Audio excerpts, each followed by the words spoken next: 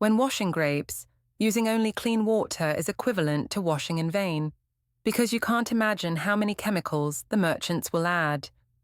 I will teach you the correct way to wash them clean and eat them with confidence. Hello everyone, welcome to the delicious food. Grapes are sweet and sour, juicy and nutritious.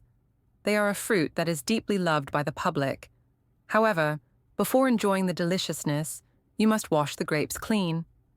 Grapes are very easy to become the target of various insects during the growth process. They will lay eggs on the surface of the grapes. At the same time, in order to ensure the healthy growth of the fruit farmers will also spray pesticides regularly, which results in the grape skin often being attached with insect eggs and pesticide residues that are difficult to detect with the naked eye. If you swallow them whole, wash them casually, or even eat them without washing them, these hidden dangers enter the container and accumulate over time, which may cause damage to your health.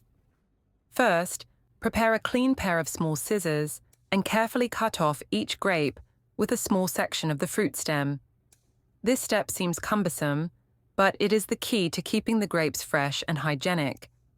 Many people make a mistake in the first step of washing grapes. Many people are used to pulling off the whole bunch of grapes and then pulling the fruits off one by one. This seemingly economical. This practice is actually fatal to grapes. When you pull the grapes off with force, the skin is easily damaged and the juice will flow out.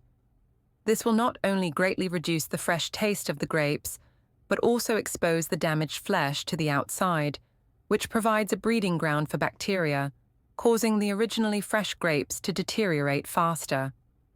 When cutting grapes, remember not to stick to the grape stems, but leave a small section of the stems. This can not only avoid damaging the skin, but also prevent the flesh from directly contacting water during the cleaning process to prevent it from absorbing too many impurities, thereby retaining the original flavor and nutrients of the grapes to the greatest extent. Next, prepare a large basin, sprinkle a small handful of baking soda, a little salt, and an appropriate amount of flour in turn, then add enough clean water and stir gently. The three cleaning experts quickly dissolve in the water and perform their respective duties. Baking soda can effectively neutralize the acidic pesticides remaining on the grape skin with its weak alkaline characteristics and disintegrate its chemical structure.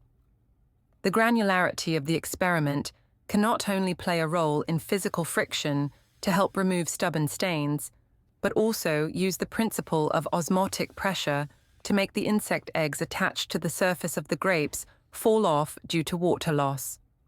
Flour is like micro. The small cleaning sponge uses its strong adsorption power to firmly stick to the dust and insect secretions in the gaps.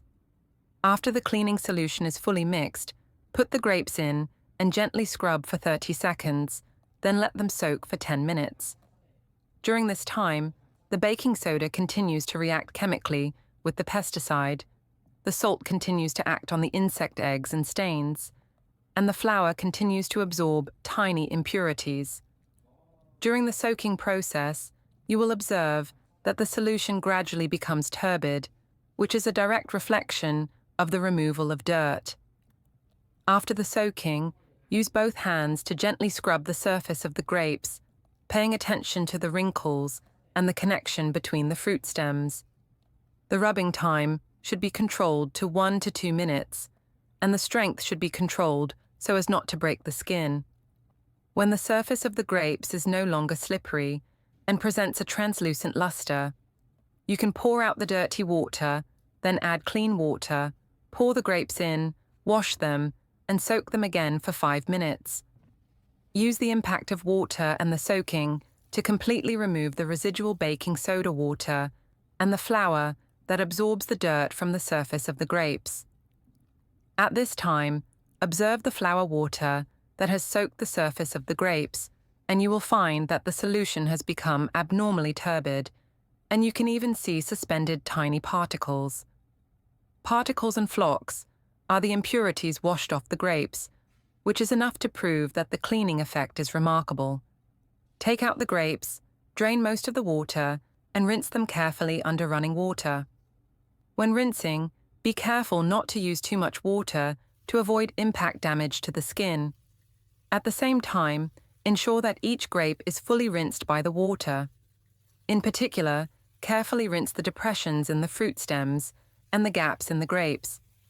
After such layer-by-layer cleaning, the grape skin becomes crystal clear.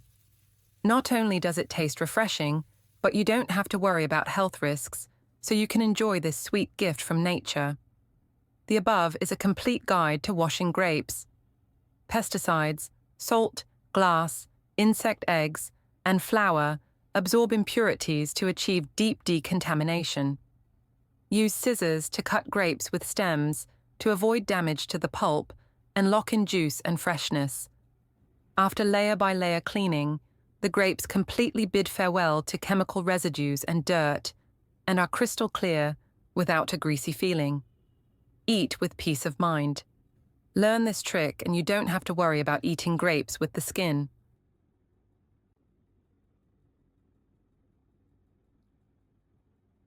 Method 2.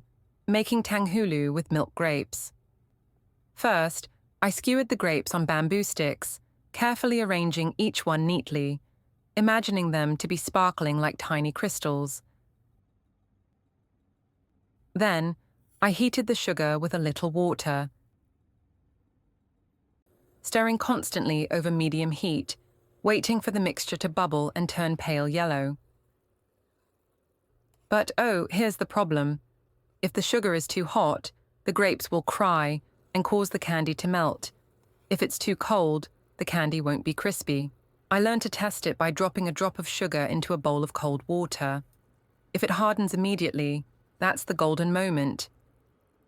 When the sugar has reached the perfect consistency, you'll see it pull into thin, silky strands. Use a spoon to pour it over each grape skewer, gently rotating it to coat it evenly with sugar.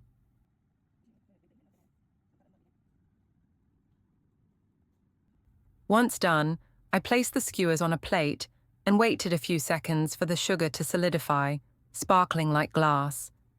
You'll hear a crisp crack sound, then the sweetness of the milk grapes blends with the delicate candy. This dish is not only delicious but also beautiful, like a small work of art in my warm kitchen. If you find it useful, please like and follow me to taste the food. There will be more food hygiene tips waiting for you to discover in the next issue. See you there.